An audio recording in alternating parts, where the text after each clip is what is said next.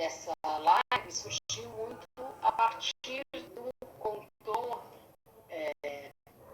para a gente, né, para o grupo todo, o que ele estava fazendo para poder lidar com essa situação do ensino de teatro à distância, nesse momento da pandemia, né? E aí a gente achou que seria muito interessante ter essa conversa. Então, para quem não me conhece, né, eu sou a Lelê Ancona, trabalho com formação de professores, minha formação é em ensino de arte, né, eu tenho mestrado, doutorado e pós-doc pesquisando a questão da formação de professores e do ensino de teatro. Atualmente, eu criei esse projeto que chama Circular de Educação, que é um projeto que busca dar formação de professores principalmente, mas também trabalhos com formação de alunos no campo das artes e principalmente no campo das artes cênicas, né? E aí, agora eu vou adicionar o Sérgio aqui de novo. E aí, dentro dessa proposta, né, do Circularte, que eu comecei no começo desse ano e que tinha como ideia atividades presenciais, né, chegou a pandemia e a gente teve que se ajustar, teve que se adaptar. Oi, Sérgio. Fala alguma coisa. Vamos ver se agora vocês estão me ouvindo. Finalmente. Agora com voz. Eu já estava muito solitária aqui, sem você. Mas eu acho que eu fui me apresentando, então, como você já me conhece, Sérgio, você não precisa ouvir a minha apresentação. Eu só concluo aí a apresentação falando que nesse momento da pandemia, eu comecei a desenvolver alguns trabalhos, né, nessa ideia de poder chegar nas pessoas dentro de casa, né? Então, poder chegar nas pessoas por meio nas crianças, especialmente por meio da proposta do desafio, né, Todos em Cena, e nos professores e pais por meio do canal do YouTube, né, que é um canal que vai diferentes propostas aí para pais e professores e crianças.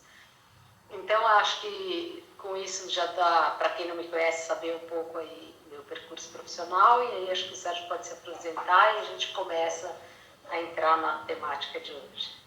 Vai lá, Sérgio. Obrigado, Lelê. Bom, ontem nós nos reunimos para fazer todos os testes de áudio, som, microfone, o que era melhor, conexão, se é Wi-Fi, se é 4G, para na hora, para todos esses problemas. São essas coisas que fazem parte desse processo de aprendizado. Bom, para quem não me conhece, meu nome é Sérgio de Azevedo, eu sou atualmente professor na Escola de Teatro da Fundação das Artes São Caetano do Sul e também na FAAP, no curso superior de produção cultural. Sou doutor em educação pela Unicamp, pela Faculdade de Educação da Unicamp, mestre pela Escola de Comunicação e Artes da USP e também especialista em gestão cultural pelo Itaú Cultural e Universidade de Girona. Faço também parte de um coletivo teatral, chama Grilo Chico, que está em cartaz no Sesc Santana com a temporada momentaneamente suspensa do espetáculo Tempo de Encanto, e também faço um monte de outras coisas aí na vida. Costumo dizer que eu sou um artista, gestor, educador em busca de uma ilha desconhecida. Acho que para apresentar, eu acho que já está bom. Legal.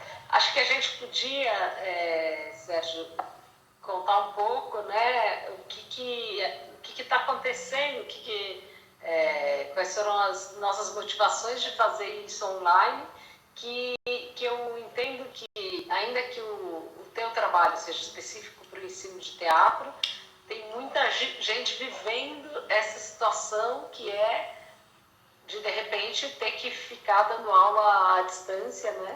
E ter que encontrar maneiras de que tudo isso possa acontecer, né? Então, acho que a gente podia começar aí falando um pouco dessa situação toda.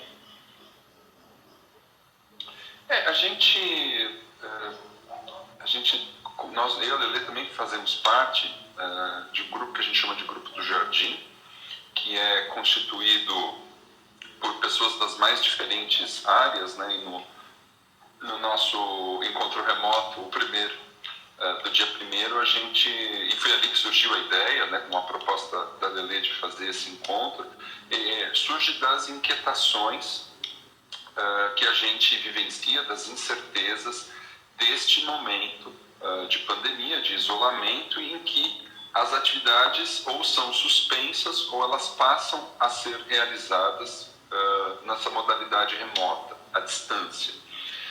Então, falando um pouco mais especificamente, né, da Fundação das Artes, nós tomamos a decisão de não parar com as atividades. Dentre as muitas possibilidades, então eu vou começar a partir daí, nós decidimos não parar. Poderia ter sido também uma decisão de ter férias, recesso, mas a gente decide continuar.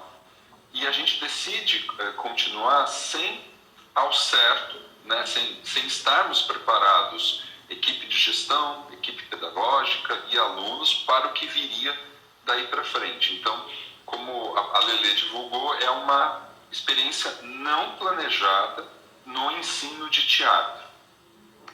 A gente não acredita que teatro possa ser feito assim de forma mediada, né? Porque vira mais audiovisual do que teatro. Mas a discussão nem foi se estávamos fazendo teatro ou não, mas nós queríamos continuar com os processos formativos, né? Então, eu sou professor de um curso técnico que tem 3 anos e meio de duração, são 7 semestres, um curso de 3.000 horas com aulas de segundas a sábados. Então a gente decide continuar. E aí, né, tem todas as questões que precisam ser resolvidas, como é que vão ser essas aulas, em que plataforma, em que abordagem. Então, num primeiro momento, a gente passa pelas questões que eu acho que todo mundo vivenciou, de retomar o contato dessas aulas, né? Então, no começo, a gente usa as ferramentas que tínhamos, WhatsApp, Facebook, e-mail, partimos para as plataformas que mediam as webconferências, as videochamadas, Jitsi, Zoom, Google Meet, Skype, e aí começamos um primeiro momento, que eu acho que foi a tônica de todo o trabalho, foi acolher, né? De começar um diálogo a partir do acolhimento. Dizer, olha, a gente quer começar, né? É possível, né? E como? Então, eu acho que a gente começa por essas duas decisões, Lelê, de decidir continuar, não parar, e a partir do momento que este contato é retomado, estarmos ali numa construção conjunta, colaborativa, participativa e que acolhe, procura acolher, procura ouvir. Eu acho que você falar de uma coisa aí que é super legal da gente deixar claro, né?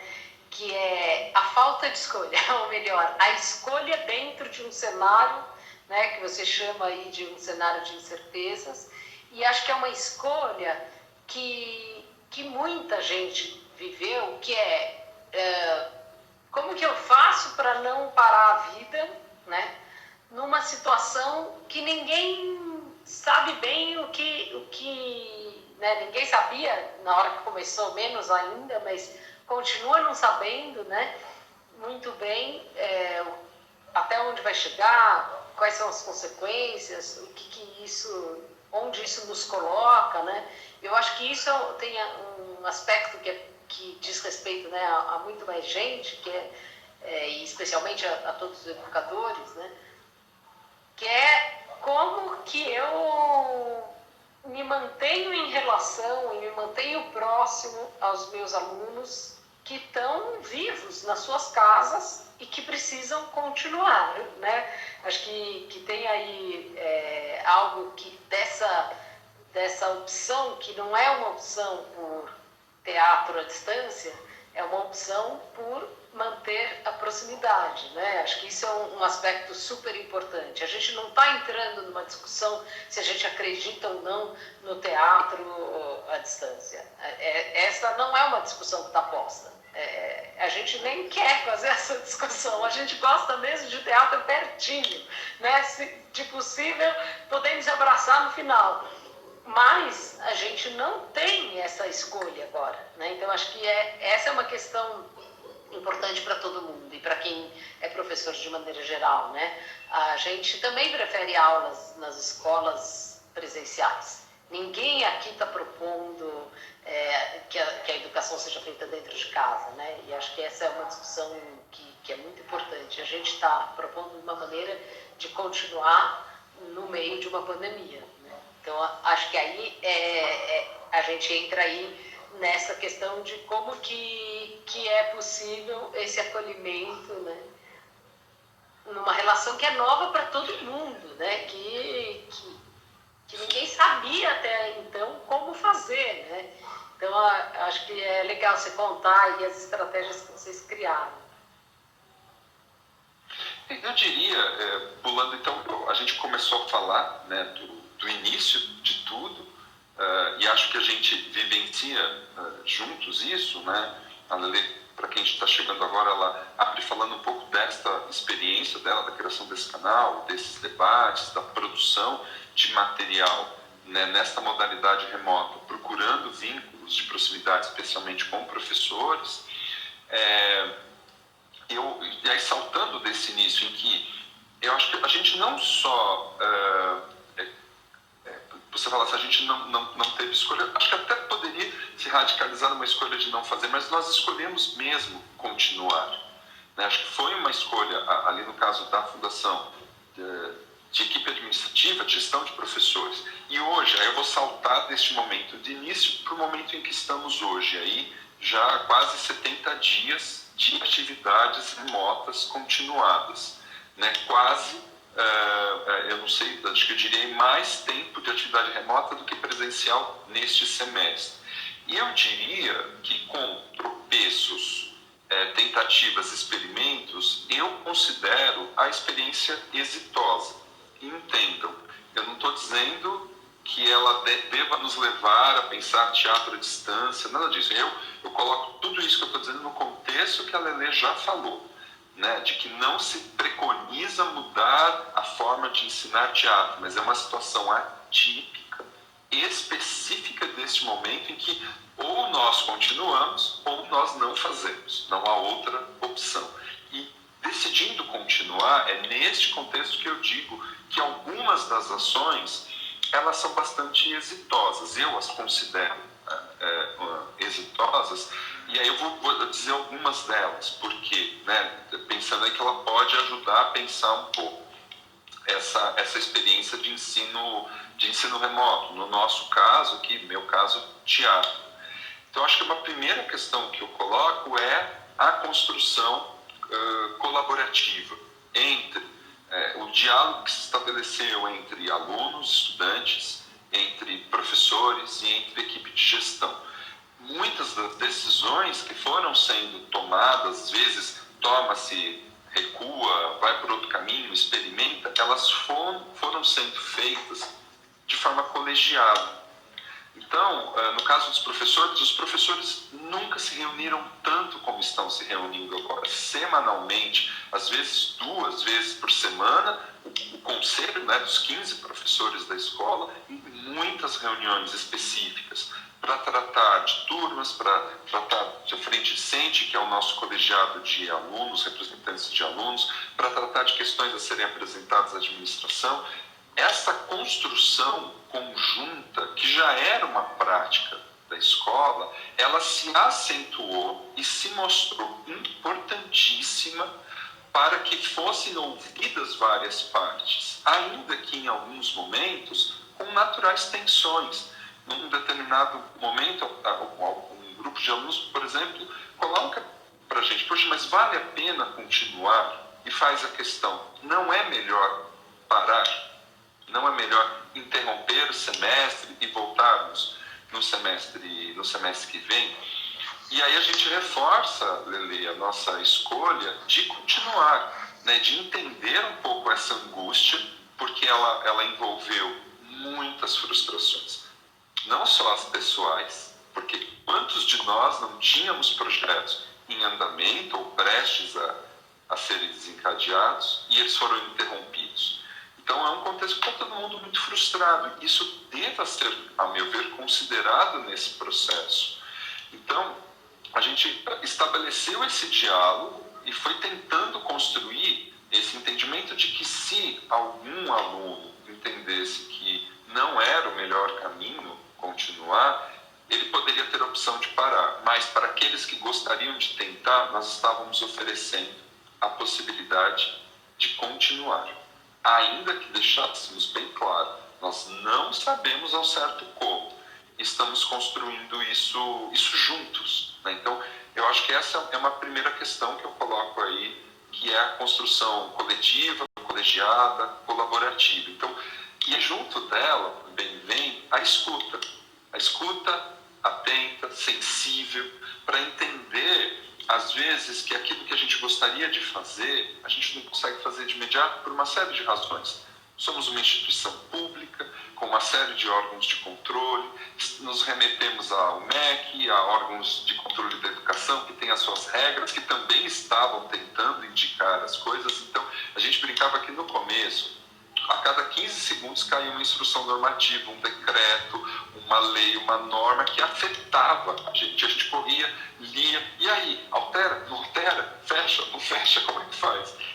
No começo foi muito turbulento. A gente parecia assim correndo para todos os lados, né?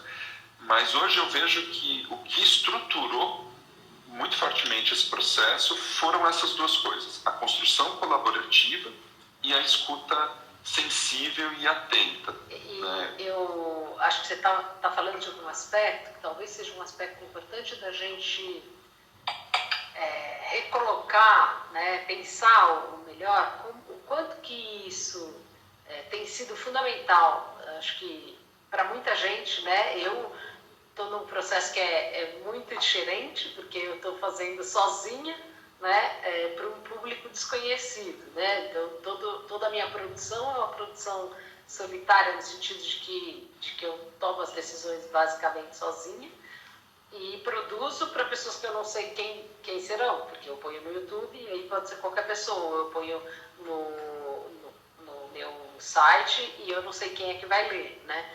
Agora, eu acho que tem uma questão que é sim colaborativa, mesmo para quem, como eu, não estou tomando decisões num coletivo, né, que é essa troca intensa, né, que faz com que todo mundo esteja, inclusive, exausto, né, num certo sentido, mas o quanto que essa troca intensa para buscar soluções, e isso é uma troca, né, como você comentou agora da questão da escuta, é uma troca que talvez estivesse muito mais ausente dos espaços educativos do que deveria estar, né? Então, acho que é a importância que a gente tem de observar, né, esse momento que está se vivendo e o quanto que a gente precisa desse momento, olhar para ele, né, prestar atenção em todos esses processos para que isso não seja só nesse momento, né, para que isso possa fazer parte do depois, né, reconhecer a importância dessa colaboração, né, dessas múltiplas trocas que aconteceram, dessa doação que aconteceu num certo sentido social, das pessoas buscando maneiras de enfrentar coletivamente toda essa situação e como isso é importante para que a gente esteja conseguindo soluções que possam ser minimamente, atender minimamente às necessidades de cada um, né? Eu acho que isso é um aspecto fundamental para que a gente carregue, né, pós-pandemia. E que todo mundo tem vontade de chegue, mas a gente não sabe ainda quando será, né?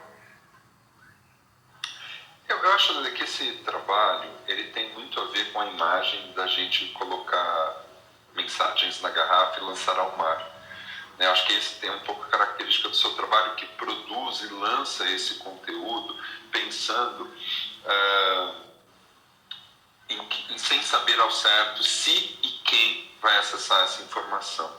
De uma certa forma, às vezes eu fico um pouco com essa sensação, porque a gente está tão habituado ao olho no olho, ao contato físico, ao toque, ao abraço, a trocar, a brincar num espaço conjunto, que às vezes é triste. Às vezes eu me vejo dando aula com aquelas telas de webconferências, né?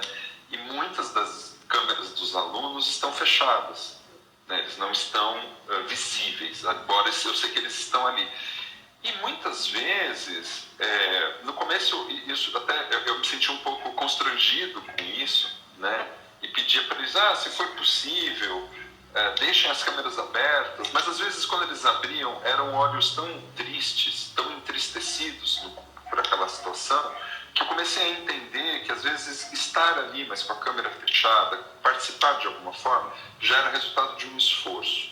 E aí começou um processo de aprendizado muito grande para mim, de respeitar esses tempos, de entender isso, de buscar uma nova dinâmica que tivesse a ver com esses instrumentos de mediação que a gente está usando, e de abrir a escuta e ampliar esta escuta e esta atenção. Se o aluno está ali na sala, talvez ele esteja ouvindo ou não, mas há um esforço. E eu começo a reconhecer as muitas formas desse aluno, desse estudante estar junto, e a estabelecer múltiplos diálogos. A partir do momento que isso começa a acontecer, a gente começa a identificar muitas questões. Questões assim, alunos que não têm pacote de dados, e ele não abre o vídeo, sabe por quê? Porque consome os dados que ele não tem. Que ele consegue participar de uma parte da aula, mas a internet só pega num cômodo, que é o cômodo do quarto, e aí a família precisa dormir, ele tem que sair. Aí você começa a reconhecer tanto esforço, alunos que não conseguem assistir a aula e pedem assim, professor, você pode mandar um resumo pelo WhatsApp? E aí você fala, eu gravei a aula, você consegue acessar, mas ele não tem dados para acessar. E aí você senta e manda um áudio contando como é que foi a aula, para que ele participe de alguma forma, e ele te responde com um áudio, agradecendo muito aquilo.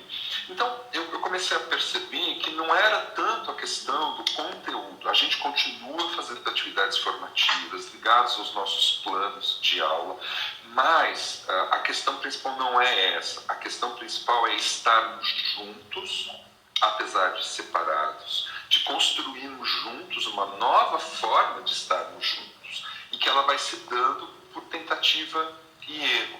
E aí, assim, eu tenho visto coisas tão lindas, mas tão tocantes, assim, do esforço para os alunos, para os estudantes continuarem produzindo, né? Na disciplina de interpretação, por exemplo, que é essencialmente prática, a gente vai para a questão do vídeo, e aí os alunos descobrem a dificuldade de editar, de produzir, que é uma linguagem que eles não estão habituados, vem todo um sofrimento. Mas, professor, para fazer um vídeo de 4 minutos, eu fiquei uma semana para fazer. E aí eu falei, tudo bem, então vamos fazer foto, áudio, vídeos mais curtos, cartas aos personagens, enfim. E aí, ao abrir as possibilidades, essa produção começou a vir de múltiplas maneiras, e de uma maneira tão rica, que eu acho que hoje ela não substitui as atividades presenciais, mas ela complementa as atividades presenciais, né? E aí, quando eu vejo, por exemplo, um aluno do segundo período, ele manda um vídeo de um personagem que ele está fazendo, que tem toda uma dissociação, né, de não entender se a imagem que essa personagem vê no espelho ele não reconhece como sendo ela, e aí ele consegue fazer um vídeo no quarto dele que pega um espelho, um ângulo que ele coloca a câmera, que você vê ele e o espelho, e todo um esforço de adaptar o pouco que ele tem para dar conta daquela personagem. Não tem como não se emocionar quando vem esse material. É tão tocante você imaginar que a pessoa fica muito tempo pensando tudo isso, e com o pouco que ela tem um celular que às vezes é super limitado, que ela grava um vídeo e tem que apagar porque não tem espaço para gravar o outro, né? Então, eu quando vejo esse material, esse esforço, tem aluno que não consegue participar com áudio. E aí, quando ele quer comentar uma atividade que a gente discute, ele tem que escrever no chat do Zoom, do Jitsi.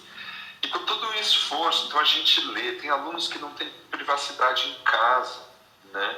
E às vezes tem uma família que não compreende muito. Então, eu poderia falar aqui de muitas camadas, mas a gente convive aí, eu acho que com dois instintos nesse momento, o de morte e o de vida. A gente tem um vírus e tem um outro que é o ódio, disseminado de forma indiscriminada, generalizada, de forma muito forte. Eu prefiro falar do instinto de vida. Se hoje eu tenho aí contato entre Fundação IFAAP, com 100 alunos, com 15 professores, eu prefiro dedicar o tempo à vida, ao acolhimento, ao contato, à construção conjunta, às risadas, ao apoio. Às vezes eu começo as aulas cansado e termino extremamente animado, exausto, mas ao mesmo tempo animado, porque as construções que se fazem, as descobertas, elas são de uma beleza humana que contagia. Então eu me sinto muito, muito contagiado por esses alunos em todo esse processo. Sérgio, nós vamos...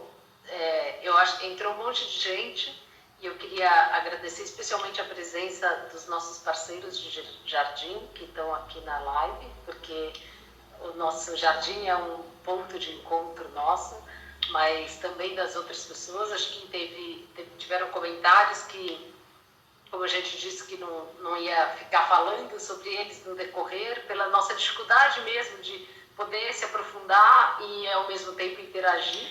Mas eu acho que seria interessante a gente comentar parte do que surgiu, né?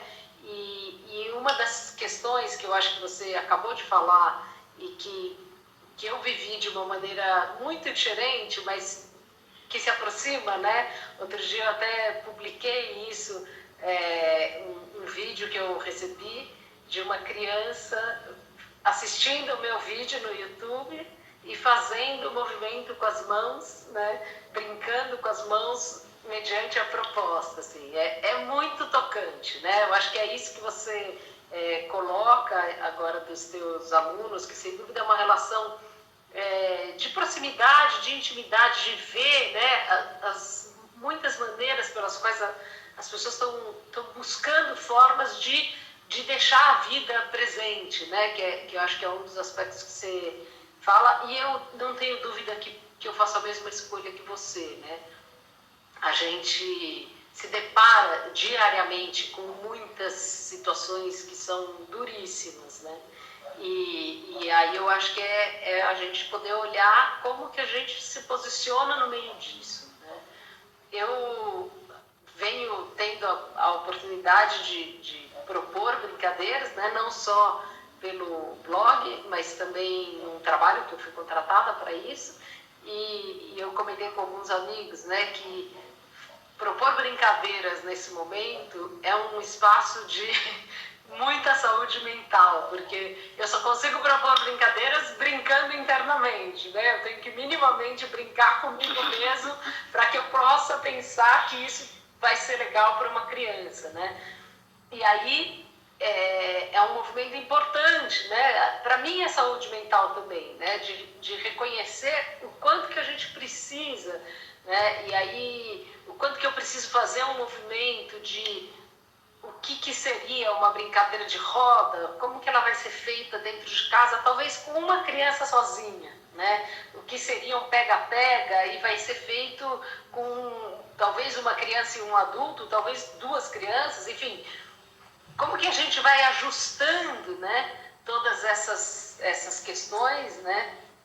E eu acho que um dos comentários feitos por uma das pessoas que está aqui na live, eu não consegui anotar o nome, foi do quanto que tem gente que não está tendo essas parcerias, né, dentro das suas instituições.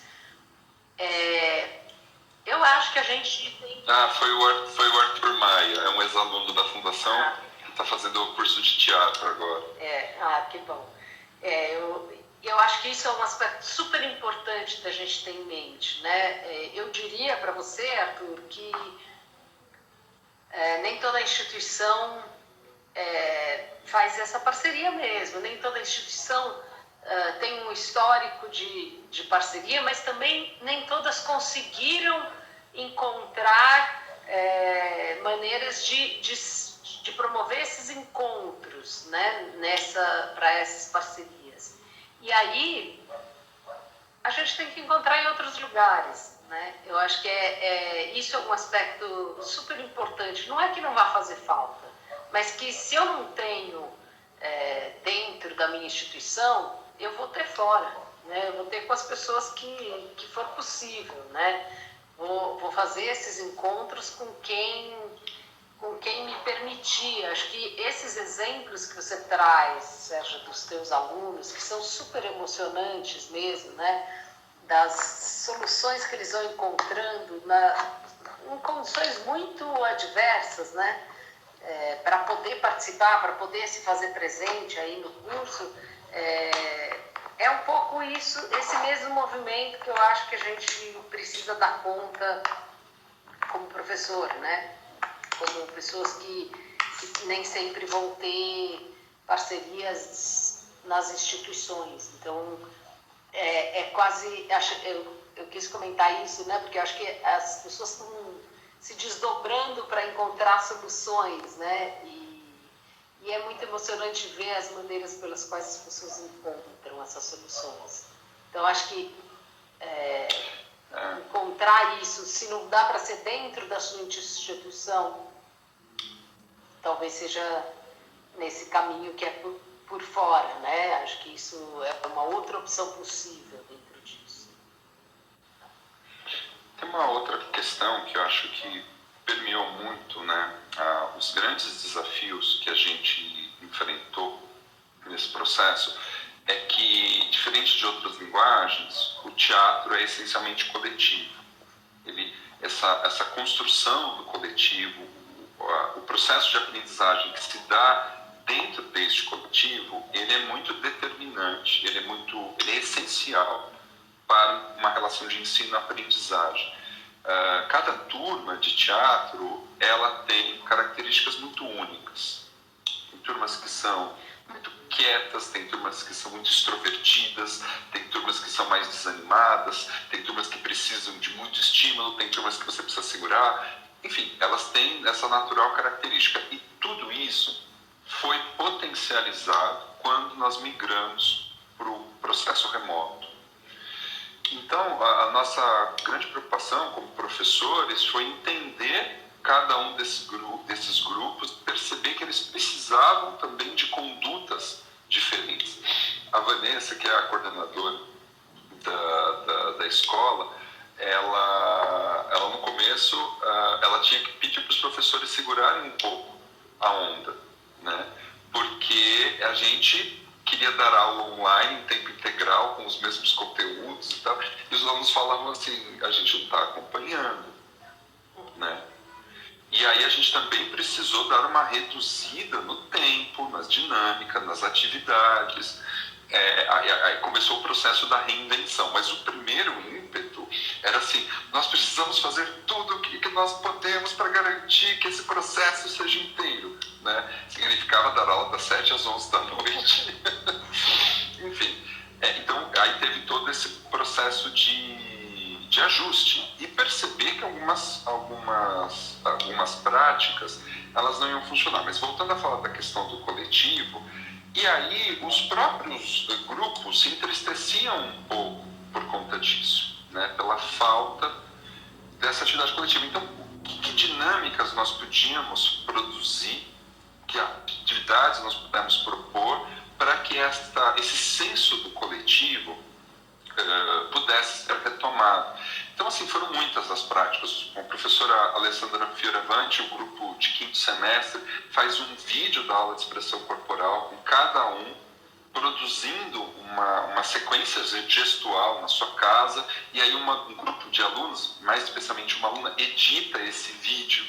E aí quando você assiste o vídeo, você percebe aquela noção de coletivo, ainda que produzido de forma fragmentada, dinâmicas de aula, improvisos, brincadeiras, e também uma questão que tem sido muito bacana, eu acho que o maior desafio para mim foi a turma do primeiro semestre, que é uma turma que nós demos um mês de aula, nós não conhecíamos esses alunos, e aí migramos, e nem eles se conheciam, eles não tinham contato entre eles e nem com a gente.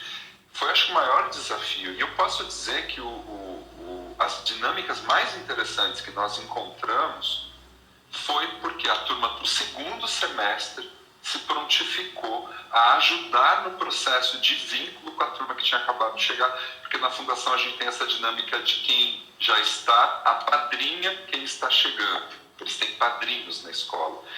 E aí eles começaram a participar de aulas, fizemos aulas conjuntas, eles fizeram aulas sozinhos. E aí eu percebo uma mudança advinda desse esforço de criação de vínculos.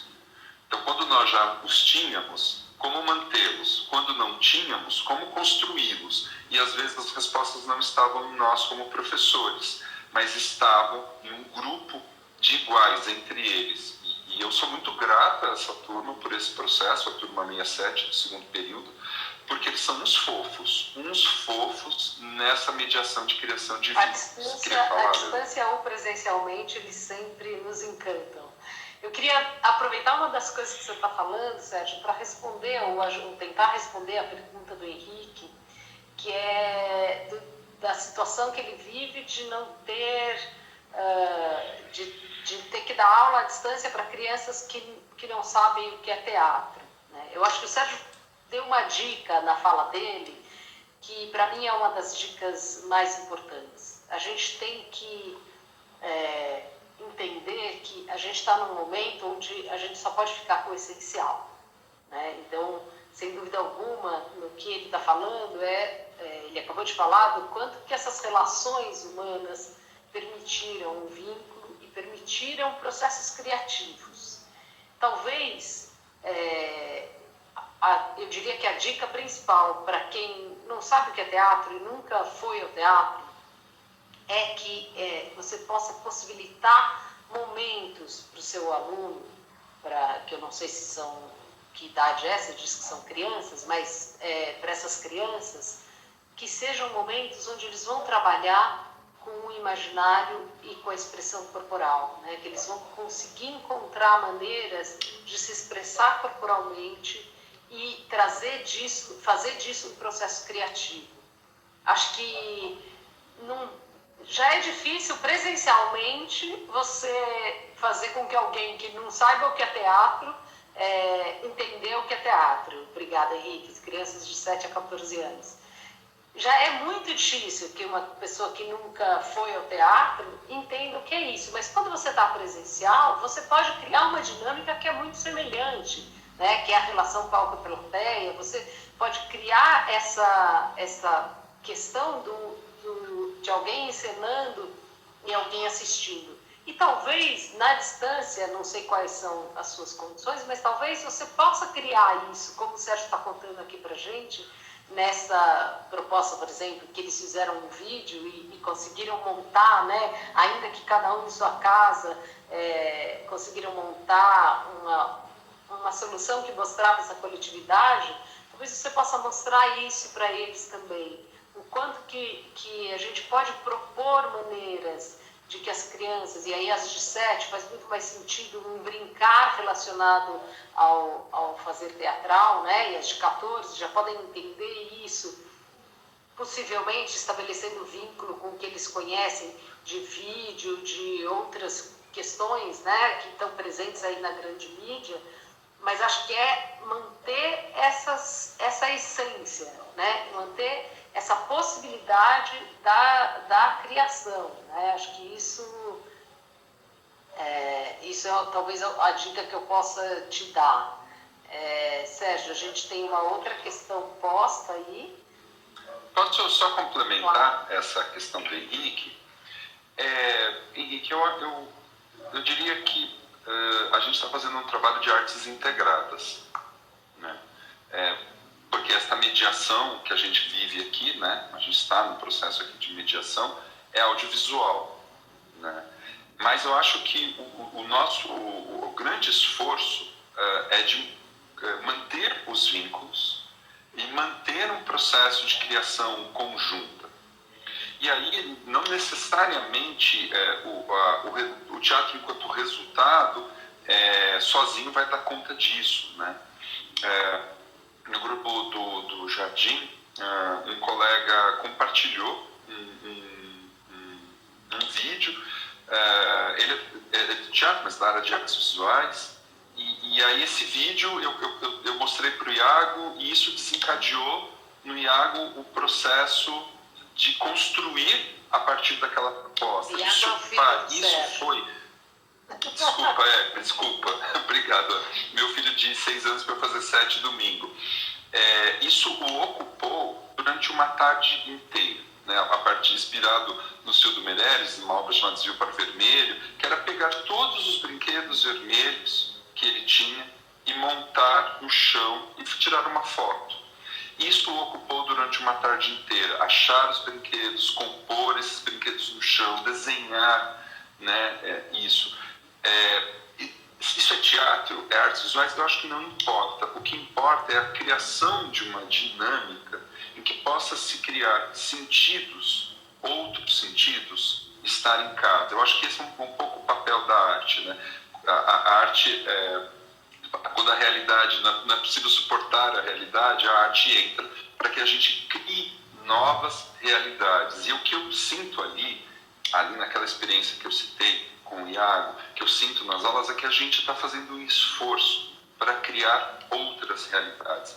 Se vai ser uma contação de história, se vai ser inspiração na dança, no teatro, nas artes visuais. Eu acho que não importa muito a linguagem, mas o que importa é a criação de outras realidades. Eu acho que aí o processo artístico, ele nos ajuda muito nesse sentido, porque ele nos dá sentido onde a gente não consegue ver sentido. Eu acho que aí talvez você já tenha respondido o que a Silvia pediu, né?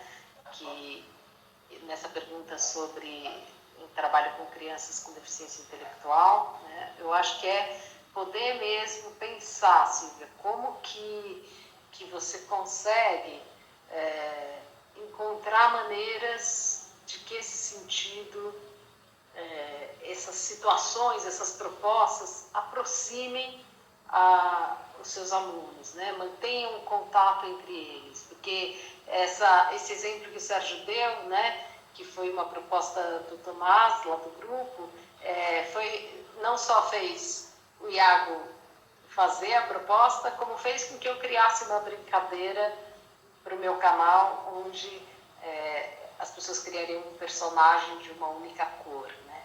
Então, eu acho que tem isso que o Sérgio acabou de falar, né? O quanto que a gente pode estabelecer diferentes diálogos com aquilo que está no nosso entorno, né? O quanto que a arte nos dá dicas de como fazer com que tudo isso aconteça, né?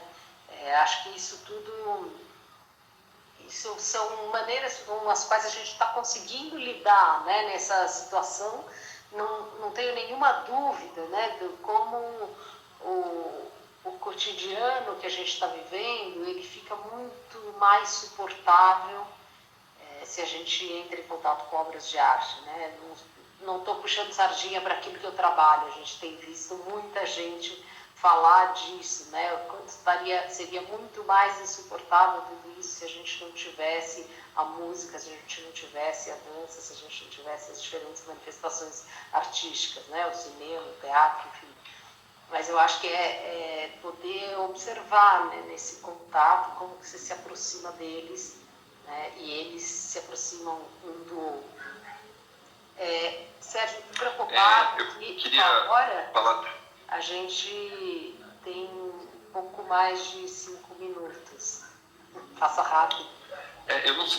Eu não sei nem que horas são, porque eu não estou conseguindo ver a hora aqui, mas como a gente atrasou um pouco, eu não sei para você, se puder estender de minha parte, sem problema. Quem nos limita é o Instagram. A gente tem uma hora exatamente de relógio. E a gente entendi. Olha aí. Eu poderia. A conversa está uma delícia. que eu não consigo saber, porque obviamente o meu relógio também é meu celular e eu não olhei exatamente o minuto que a gente começou na minha segunda entrada, mas eu tenho certeza que a gente tem pouco tempo. Então acho que a gente pode falar um pouquinho e se despedir depois, porque senão o Instagram vai cortar sem que a gente tenha se despedido. Entendi. Essas limitações da vida. Que a gente está vivendo mais intensidade. Eu queria só ressaltar que eu tenho vivido muito na companhia de artistas, né? E nesse momento de muita presença da tecnologia, das muitas tecnologias, faz muito mais sentido para mim reler o Roberto Lepage, que é um diretor canadense que eu gosto muito e que tem uma produção artística e uma construção narrativa que fala muito das interseções do teatro com a tecnologia. Então, não só ele, mas muitos outros artistas têm sido parceiros para entender como criar possibilidades de existir, não de resistir, de existir de forma inteira e plena num momento tão difícil. O Arthur falou aí da questão do doutorado lá na faculdade dele, na EMB, e só para contar, Arthur, a gente fez um exercício muito legal, que é gravação de vídeo. Aí a gente compartilhava o vídeo em tela para todo mundo ao mesmo tempo, tirava o áudio do vídeo original e os alunos da turma faziam um exercício de subtexto, que é dizer o que aquela personagem podia estar pensando de ver a imagem. E às vezes a própria atriz fazendo isso. Foi incrível, foi apaixonante essa experiência, porque no teatro a gente não consegue fazer isso, né? Se dissociar, mas com o vídeo a gente consegue. A gente se dissocia e sai da imagem e fala sobre a gente mesmo. E por fim, né, já indo para o encerramento, que pena, não dá para desligar e ligar de novo, Lelê?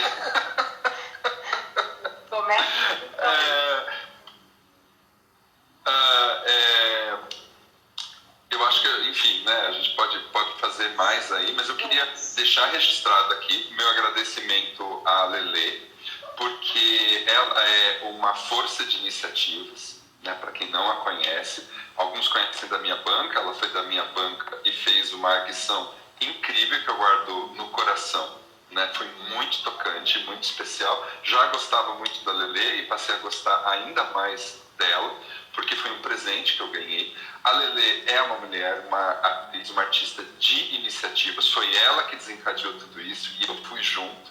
Então eu adoro estar junto de pessoas que nos mobilizam a fazer coisas como essa, que eu particularmente gostei bastante. A gente pode sim fazer outras, Lelê, e gostaria de agradecer mais uma vez a quem esteve aí com a gente, ressaltar é isso, foi uma delícia. Eu acho que foi mesmo, certo? A gente tinha uma pauta maior, a gente não deu conta de tudo, e eu acho que a gente já tem aí motivo para a gente marcar uma outra. Agradeço todo mundo que veio aqui, agradeço enormemente ao Sérgio, não só pela presença, mas pelo elogio. Sérgio, a gente tem uma parceria longa aí de proximidade nos nossos trabalhos.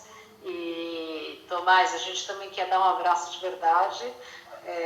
Acho que tem um monte de gente nessa live que a gente está morrendo de vontade de dar um abraço de verdade, mas é de verdade esse, ainda que seja à distância, né?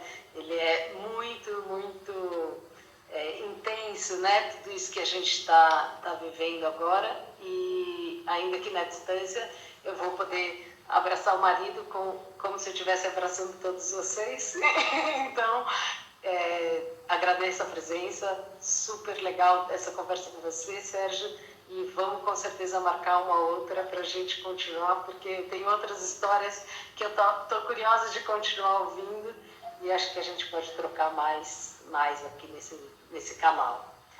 Obrigada pela presença, e a gente se vê num próximo. Para quem não sabe, esse canal é o canal do Circular de Educação, que é um projeto que eu criei, tá novinho, um bebê aí, mas que eu espero que dê espaço para muitas oportunidades virtuais e reais de trocas com artistas e educadores, que não há dúvida nenhuma que a gente precisa ganhar fôlego, ganhar força no trabalho do nosso país. Gente, obrigada. Obrigadão, Sérgio. Foi uma delícia. E a gente se vê logo. Obrigado, Lelê. Obrigado, pessoal. Um beijo. Tchau, tchau. Tchau, tchau.